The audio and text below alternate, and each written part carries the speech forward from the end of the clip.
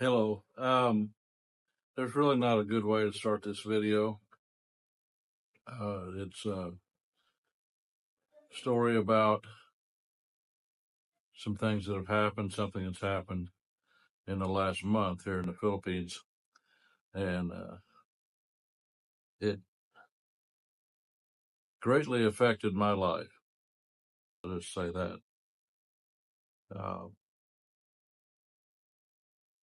I guess it started about a month ago, probably all in all. I'm not sure exactly on the date. But we were upstairs on a Monday night here in our apartment, and I had heard like my niece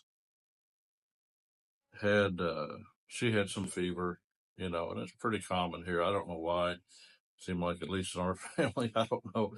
Uh, I don't hardly ever have a fever. My wife almost never has one, but sometimes they get downstairs, they get a fever for whatever reason, and so it's not uncommon. But this night, Monday night, my wife got a message or a phone call, and so we went downstairs, and there was a ambulance parked outside. And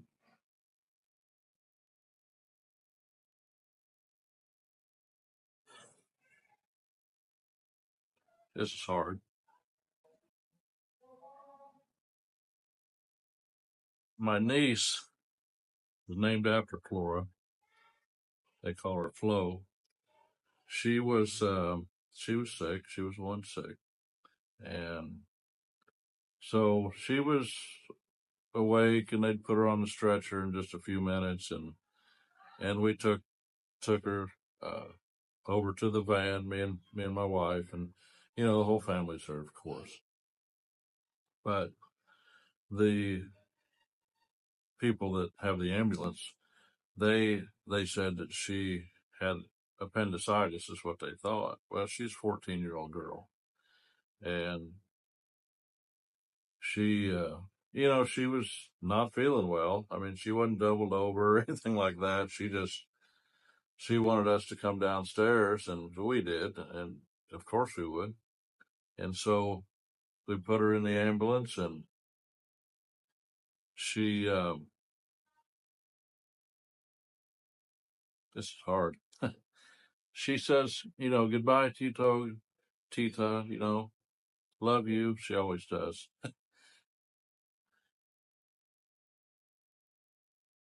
That's her thing. She just always said that. So anyway, we didn't think a lot about it. I mean, yeah, it's serious, but she's going to the hospital, and appendicitis is not a it's not uncommon, right? So she goes, and within a few hours they did the surgery, and she seemed to be doing okay. But she was kind of having some fever at night, in it's a public hospital. I'm gonna do another video on public hospital later on. But so we were busy with going back and forth to Guimaras, and we'd stop by the hospital from time to time to see her, and she had been in there. And I'm gonna get the days wrong, but I know she went in on a Monday night. I think it was Friday.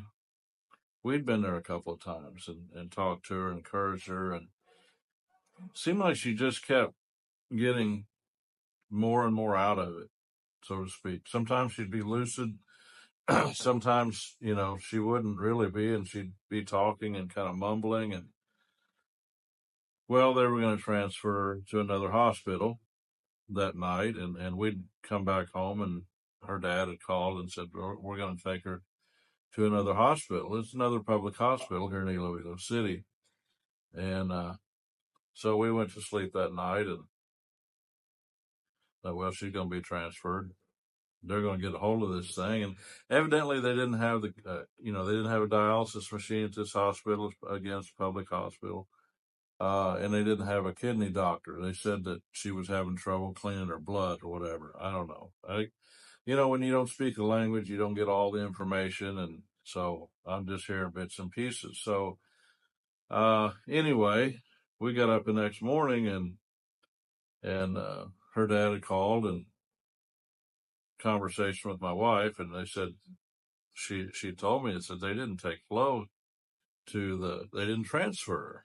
I'm like, why? I'm kind of aggravated about it, and I don't know what the reason was. Um, I'm sure they had their reasons. I'm not, you know, I wasn't there, so I don't know what's going on, and they're there in that situation. The mother's there; she stayed there all week, you know, and and the father did too. I mean, they're just wore out, and I think that's part of it. I don't know if they worried about money or what, but anyway, it didn't get done. So we come back. She's not really much better. We come back in the hospital. I'm going to say Friday night, and to the public hospital, and I could tell she was not doing good. I mean, her eyes were just looking around, and she was just like having trouble breathing and labored breathing, and she wasn't getting any better. And you got to understand, and if you've never been in a Philippines public hospital, there's no way really to explain it to you, but it's not. It is what it is. I'm not here to put down the Philippines hospital system, healthcare system, anything like that. That's not what this is about. But it's not the best all the time. So I'll just put it that way and leave it at that. I'll do another video on this later on the public hospital and what you could expect. So she wasn't doing well at all, and I just got in not panic mode, but I was very serious. And first nurse I saw walk by, I didn't grab her, but I pulled her aside. I said, "I need to talk to you." And she said, "Well, what's going on?" I said, "Well, I need to know what's going on with my niece. Why she's not responding?" And she said, "Well, her kidneys have shut down." I'm like, "Oh my God." I said, "What is she still doing here?" Well, for whatever reason, this decision was made, and I don't know. Again, I'm not here to blame anybody for anything, but it's just kind of sometimes the way things happen here in the Philippines. I don't know. It's just what happened. I'm going to leave it at that. I got my own feelings, and I'm not going to do any good by second guessing everything that went on. What went on went on. So I told her, I said, who do I have to talk to? So I went to the main nurse's station, and I was very insistent. I said, she needs to get transferred. And said, well, we'll call. We'll call. We've got a call into the other hospital that we work with, and I said, yeah, but she said they're not answering back. And I said, well, how long has it been? Well, it's been an hour and a half. I said, she's not going to last long. I could tell by looking at her, she's not going to last long like this. I said, we've got to do something. And she said, well, it's really up to the family what they want to do, and that's one thing that is hard to really understand. It's not a criticism, but I'm telling you the way it is here in the Philippines. Uh, if if a patient needs alcohol, like to clean a wound, or if they need a prescription, it's the family's responsibility to run out to the local pharmacy once they get the prescription from the doctor, go out and bring it back, and they give the medicine to their family member. And so it's just a lot of stuff like that. They bought alcohol, they bought this, they bought that, they bought all kind of things for her fever, and it's self-service basically. So I don't want to get off on that, but anyway, so I'm kind of standing there at the window and said, "Look, when are they going to?" Well, we're waiting on them to call back. No way. I mean, we can't just keep waiting. I said, she's not going to last. And so, well, what do you want us to do? I said, well, call a private hospital. I mean, I just was at a loss, and it didn't seem like anything was getting done. And in my estimation. So, well, who do you want us to call? The family has to make that call. I said, okay, so I talked to family and yeah, whatever, just if you can get a transfer, get a transfer. So I gave them the names of 3 hospitals. I said, I want you to call all 3 of them, see if you can get her transferred to the private hospital.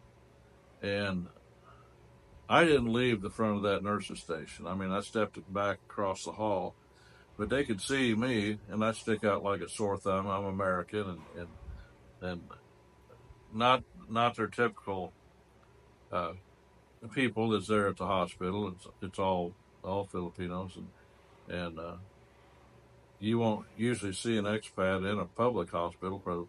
I'm guessing. I don't have a lot of experience, but I wouldn't think so because I'm not going to go. If I get sick, I don't go to a public hospital.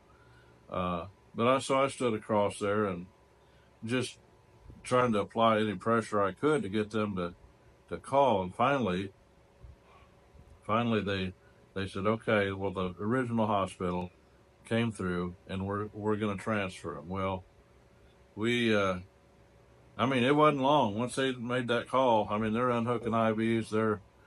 They got a cot in there. The family has to actually help one orderly or whatever he was. I don't know what he did, but they pick her up in a sheet and they put her on the bed, the gurney to go into the ambulance. And I mean, she just wasn't doing well. And she just kind of moving around and her eyes closed half the time. She wasn't really at herself at all. And so anyway, I thought finally we're going to get something done here. And I told her, finally I'm there and I helped get her in the ambulance. And so I started to say, well, go. I told her, I said, I remember telling her, Flo, it's going to be okay.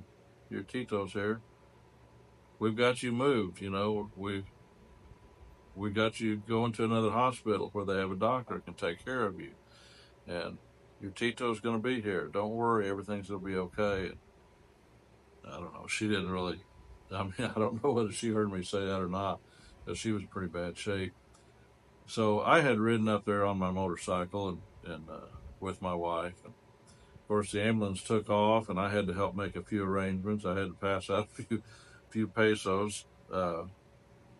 My nephew and another girl was there, and they had to get to the hospital too. And so I gave some gas money and made sure everybody was on their way. And their mom and dad obviously went in the ambulance. And so me and my wife, we're going to go down into Mandurriao, which is part of Iloilo City, probably 15, 20 minutes away on the bike. And of course, you're not in any kind of state of mind at all. It was pretty rough. Just even processing all this stuff. So we're on the motorcycle. I'm taking my time as much as I can, but I'm in an amped up state. I wasn't going crazy or anything. I really was driving pretty calm for the most part. But we got to traffic, and there's a lot of traffic involved sometimes, and we get it up into a bottleneck area, and just past a place that I had my motorcycle accident back in April of last year. And so I'm going down through there, and all of a sudden, this big brown Nissan pickup comes over and bumps my handlebar, and me and Flora go down on the pavement. She goes off the back of the bike, and I mean, we're going maybe less than 3 or 4 or 5 mile an hour, but when you got a pair of shorts on and your arms are bare and your knees and everything hits the pavement. So I'm not going to tell you what I said on the way down, but it wasn't nice. So she gets up, and it scraped her arm up real bad right here. Mine's still swelled somewhat, and I had a big bump and a cut back here. And but she had a big patch of, they call it road rash on her arm.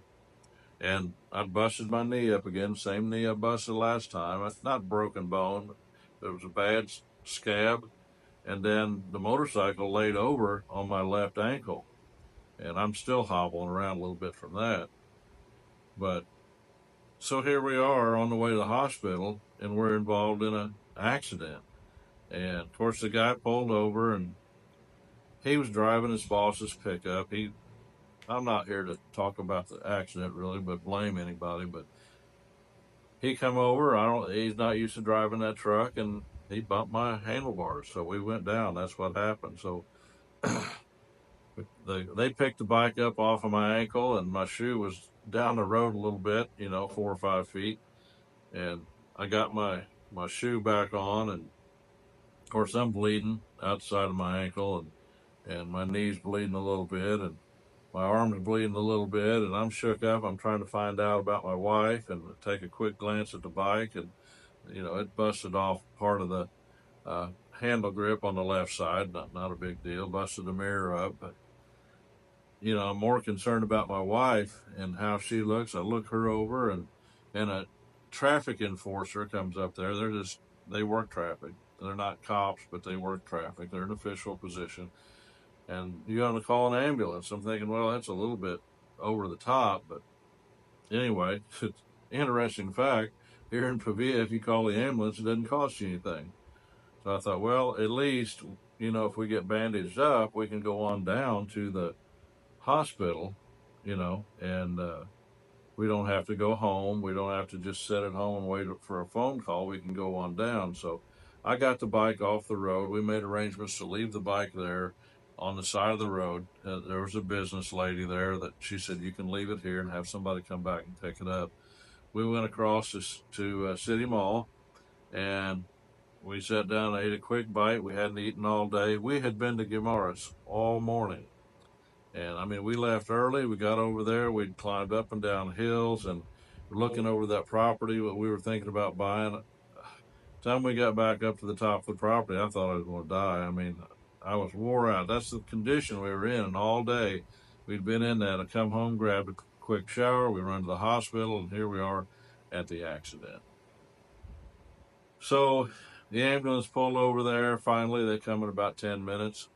And very, very nice people. They bandaged us up and cleaned up the wound and asked us all kind of questions and very nice. It didn't cost us anything. I mean, where are you going to find that? But so we were at City Mall, and I got on my phone and I got a grab to take us down to Mandurriao to the hospital.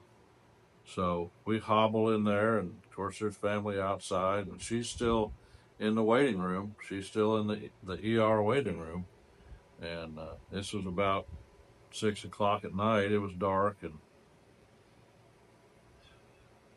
well, on this part of the story, long story short, she stayed in that emergency room in a bed, just in the same condition, not getting any better and getting worse. We probably left about 11 o'clock at night to come back home, and of course, mother and father stayed there, and so we got a call about 4 o'clock in the morning that she wasn't doing well, and she hadn't even got into ICU.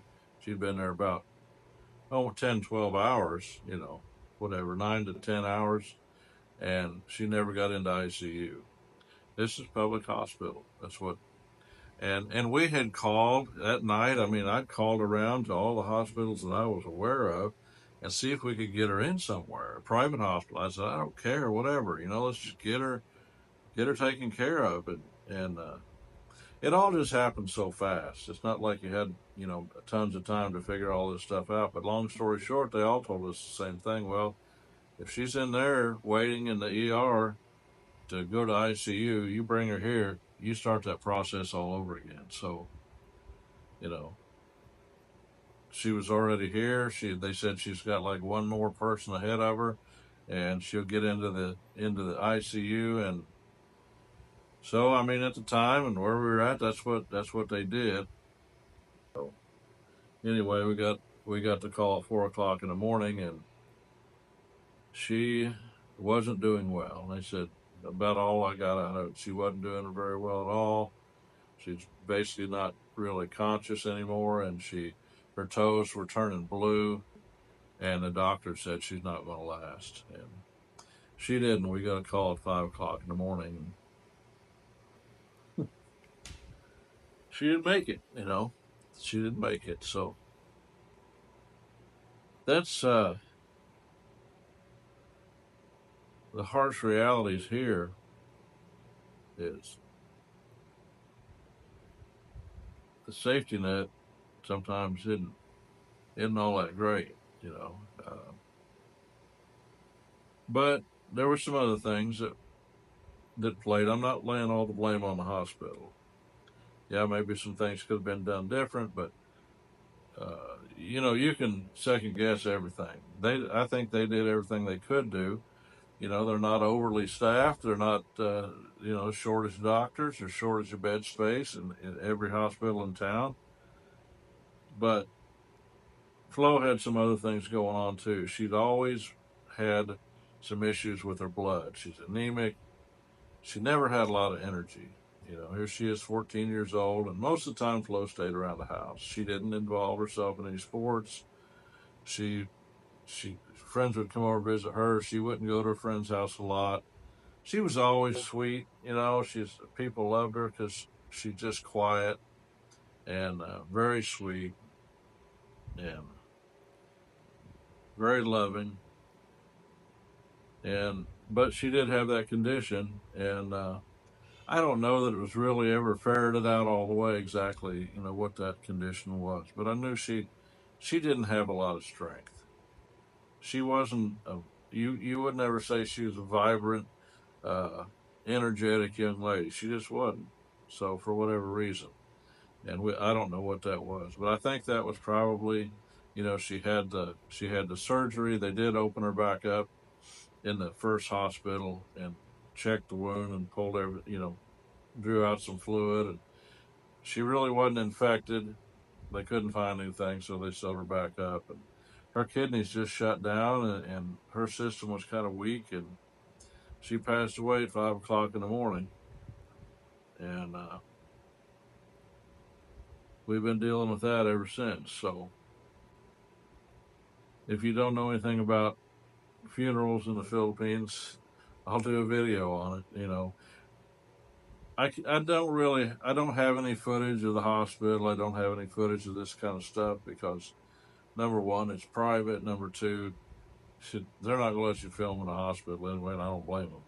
So all I can do is relate to you the story. That's what happened to my niece. And it's been a rough road. It's still a rough road. It's been 9 days since she's been buried. If you're Filipino, you know what that means. Uh, if you don't, look it up. It's just there's a period of mourning, and I don't know all the customs and traditions and cultural aspect of it, but anyway, we're trying to get back to life here and help the family through this, and it's tough. But the Philippines can be a rough place, and I'm not saying you shouldn't come here. Maybe you're already here.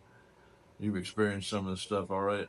I'm no expert on the Philippines, but I I live here most of the time, and I guess what I'm trying to say, I'm not trying to put myself out there as an expert.